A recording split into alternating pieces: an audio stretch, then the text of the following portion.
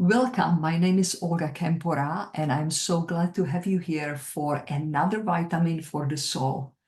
And today we are going to explore peace and serenity. Just think about it. If you think about the word peace or serenity, what does come to your mind? It is a state of being. And if you ask anyone what they long for deeply, deeply, deeply down in the soul, they will answer, I long for peace. So peace or being at peace means that you feel calm and contented and you have no emotional conflicts within yourself or with other people. Serenity is defined as the quality of being peaceful and calm. So that's a quality of the state of being. The serenity is the quality of being peaceful and calm. Now look at this picture. It has been a rough week, but I made it. How about you? Just think how sometimes we feel a little bit like this rooster, that on the outside we say that we are okay. We will acknowledge that it was a rough week. Everybody can see it. But also, it describes sometimes what we feel inside, just like this little rooster. I'm not sure what this rooster went through, but I know what it means like to, have a rough week. So why are peace and serenity really important for you and me to cultivate? Peace is essential to living a good and a happy life. This is because a disturbed or a troubled mind isn't going to be able to make sensible, rational decisions. The person in the grip of violent emotions, for instance, literally isn't thinking straight. They have been overcome and may act impulsively or violently. In order to make good decisions, we need a calm frame of mind so that we can pause and reflect rather than behaving merely reactively. So pause and reflect. Those are a couple of actions that we are invited to if we really would like to create that sense of peace and serenity. And for everyone, it means something a little different to pause and to reflect. For some people, it can mean to really sit down for meditation. For others, it can be listening to a beautiful piece of music. For others, it can be just taking a book and spending time to read something that is enriching and then have a time to ponder about it.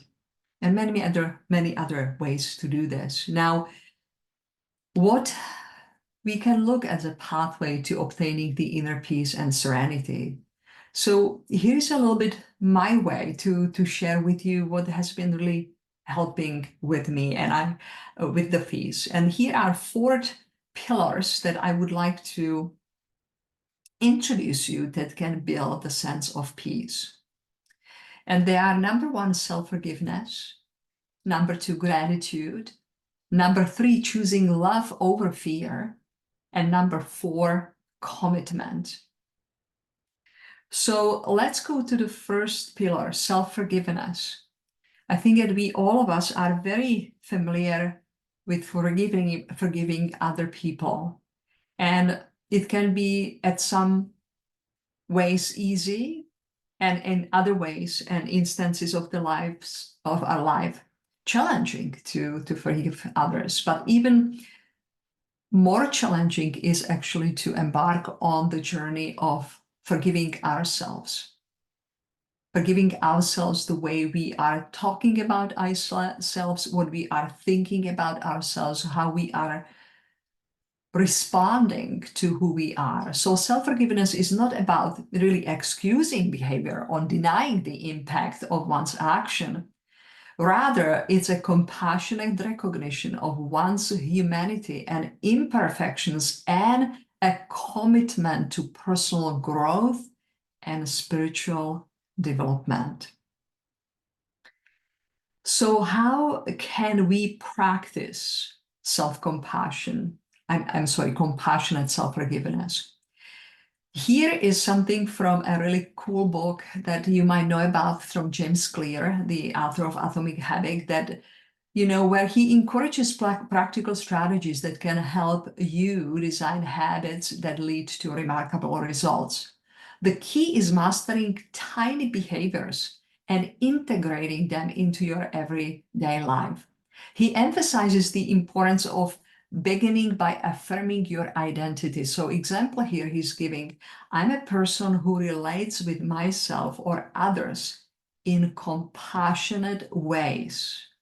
Or I am the kind of person who practices seeing with the eyes of my heart. Or I'm a person who is devoted to my spiritual awakening. So the next step is then identifying a small behavior that you would like to make a habit that supports your identity. So really picking just, one of those statements, really writing down what that means, to you, who you would become practicing that. And then really having 2 days, minutes practice in a way that you would like to see how you can show up, for yourself in a day when you would be practicing a thought, I'm a person who is devoted to my spiritual awakening. What that would be, how would you show up? The second pillar of peace is gratitude. And we have actually worked on this vitamin in the past, how really important this is gratitude as one of the vitamins for the soul. And really, gratitude is the currency for grace. And practicing gratitude helps shift the focus from what's missing or negative in life to what's present and positive. This change in perspective reduces feelings of dissatisfaction and envy, which can really disturb the inner peace. So here is practical application, taking as an example Rose, and we know that Rose has thorns. It is easy to be grateful for the nice things that happen, and even after practicing for a while, for the little things as well. However, it is also really powerful to be in gratitude for the things that we do not have. It can also be good to be grateful for the things that didn't happen. Developing a gratitude practice can lead us to love and accept what is, rather than wishing things to be otherwise. Perhaps we are upset that we didn't get the job we felt we really deserved or wanted. We might have missed a train that delayed us getting somewhere faster. So practicing gratitude can bring you from suffering to self-care, from disillusion to trusting that there is a greater plan for you, and you can be patient. So this is a beautiful way to practice the second pillar and pathway to peace, and that is daily gratitude. Number 3 is choosing love over fear. There's a beautiful, beautiful quote from Oprah Winfrey. She says, quote, I believe that every single event in life happens in an opportunity to choose love over fear. So choosing love over fear means actively deciding to respond to situation with empathy and kindness rather than allowing fear-based emotions like anger or jealousy to dictate our behaviors. For example, in a conflict, applying love over fear might involve seeking to understand the other person's perspective and finding a compassionate solution, rather than succumbing to the impulse to criticize or retaliate. This approach not only diffuses potential conflicts, but also promotes healthier relationships and personal well-being by reducing stress and enhancing emotional resilience. So here is fear release practice. We need to first, number one, identify fear. Then we need to analyze it. Then we need to reframe it. And then we need to have intention to release it. And so this is a beautiful practice where you can really pause this video and reflect onto what is the fear that you are currently experiencing and that is affecting you. And then for that fear, ask yourself those 4 questions. What is the root of this fear? When did I first feel this fear? What beliefs are supporting this fear from the past? How does this fear affect my behavior and decisions?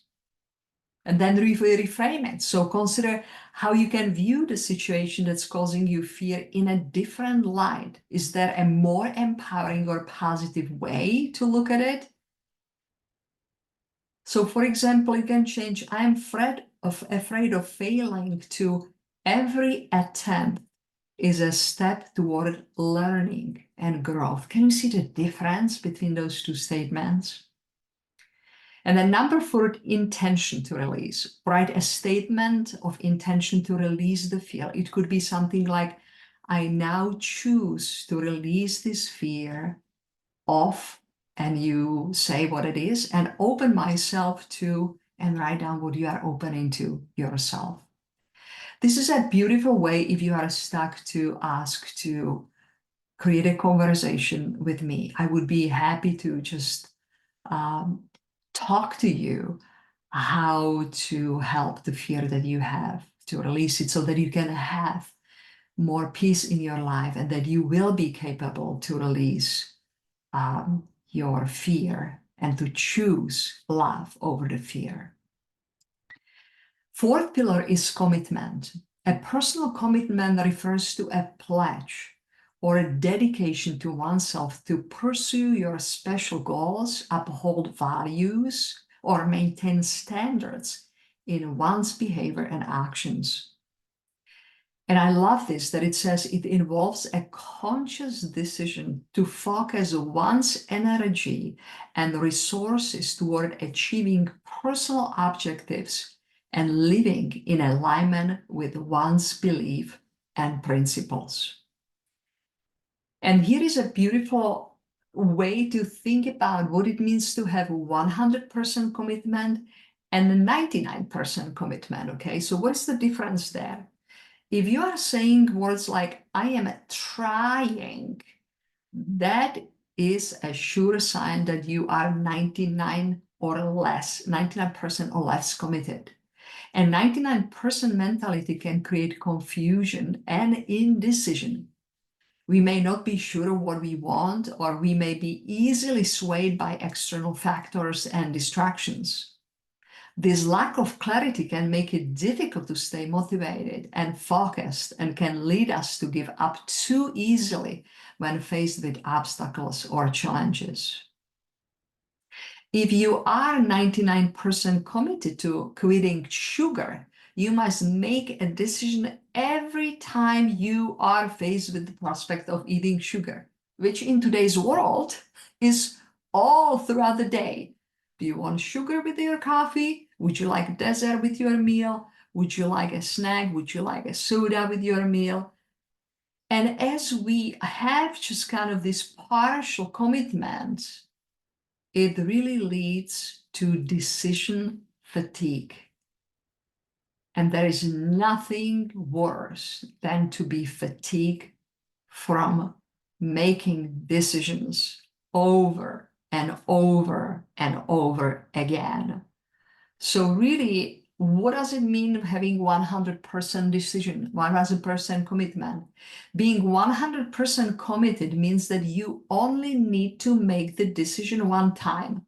And each time the temptation comes to break your commitment, you don't have to make a decision. You have already decided. You are locked in. You are unwavering in your commitment. You will not break the commitment ever. Now, I want to tell you something. this is something really important to live into. Like if I say I am a 100 commitment into exercising every day or 6 days per week, okay? It's a commitment that I'm making, okay? And of course, I wake up first thing in the morning and my mind might say, I didn't have a really good night's sleep. I have a lot of things to do. Maybe I will not do it this morning, but I will do it in the evening. So that's where being 100 committed is really important, because I say, okay, my mind, I get that. And let's get up and let's go. But there might be really times when we cannot do it because we get sick or something happens, in a family, that we really need to attend to some, other needs that are around us. And yet we can go back and create a commitment again. And if we break it, if we make the 100% commitment and we break it, we can go through this beautiful process of self-forgiveness that I mentioned. And that is such a beautiful, beautiful way to really get in depth of self-forgiveness. So if you don't know too much about it, again, just reach out to me. I would be so happy to tell you how powerful the self-forgiveness process is, in times, for instance, when you break the commitment, and how you need to forgive yourself for judging myself, someone as you might say, oh, here I am, I'm a failure, right? Well, that's a judgment they're making, of yourself. We are human beings, and therefore we will be, doing, things that might just kind of, create confusion, or we might, break a commitment. And there is a way to go back, on the pathway through the process of self-forgiveness. I would like to close with this beautiful, beautiful quote from W.H. Murray. He wrote a book, The Scottish Himalayan Expedition. And he wrote something really pretty remarkable about what happens when people make a 100% commitment. And, climbing, mountains in Himalayan areas, and going to Mount Everest and places like that, that takes a huge commitment of preparation and even through the whole journey. So see what he's saying, quote, until one is committed, there is hesitancy, the chance to draw back all this ineffectiveness.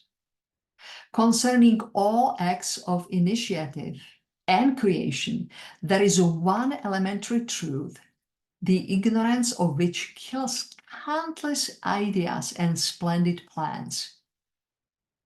That the moment one definitely commits oneself, then providence moves to a whole stream of events, issues from the decision, raising in one's favor all manner of unforeseen incidents, meetings, and material assistance, which no man could have dreamt would have come his way. So this is just so beautiful to realize that as you commit yourself, you kind of like lock yourself into a creation. And as you do that, you will start creating the possibility within that commitment. Goethe, he said, whatever you can do or dream, you can begin it. Boldness has genius, power and magic in it. Begin it now. So these are really beautiful, beautiful statements that help us to understand how creating peace is not something fluffy, right? We work within the 4 pillars of creation for peace. Self-forgiveness, so not having the judgment about ourselves when we fail, when we misstep, but being able to release it, because as we release it, we can create ourselves into really deep, deep down version of who we truly are. And really, therefore, feel the sense of peace and contentment, gratitude, choosing love over fear, and having 100% commitment. So, my friend, I hope that this is going to help you to create this beautiful journey of contemplating how you can create peace within your life. I would like to congratulate you to go through all these principles of and vitamins for the soul that we have created within the past few modules. And I would like to encourage you to reach out to me if you want to go on a deeper journey, not only into these vitamins, but especially into your soul. Have a beautiful, beautiful day. And I'm looking forward to be in connection with you very soon. I love you.